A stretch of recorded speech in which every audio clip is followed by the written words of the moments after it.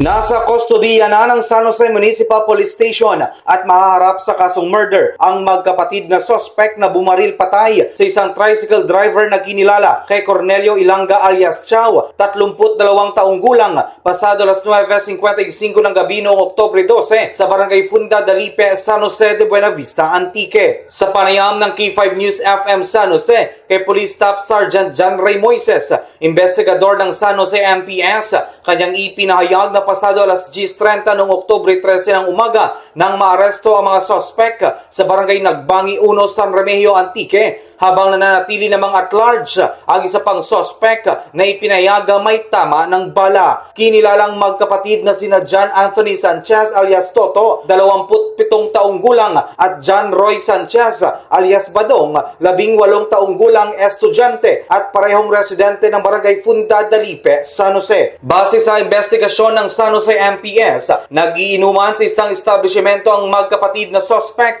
kasama ang iba pa nilang kaibigan. Nang dumating ang biktima at kasamahan nito, bigla itong nagtanong kung sino ang kumakanta sa karaoke na naging dahilan sa pag-init ng ulo ng mga sospek, hanggang sa nagresulta ito sa hindi pagkakaintindihan na nagtulak mismo sa sospek na barilin ang biktima. Nalaman na base sa investigasyon ng San Jose MPS, dati nang nakulong noong 2019 si alias Toto dahil sa kasong frustrated murder noong 2018, habang involvado naman sa iba't ibang kaguluhan si alias Badong. Balita mula sa probinsya ng Antique, K5, Jojen Kabatingan Murillo. Para sa kampyon na balita, serbisyo publiko at kasiyahan sa Antique, ang kampyon na istasyon, K5 News FM. K5 News FM.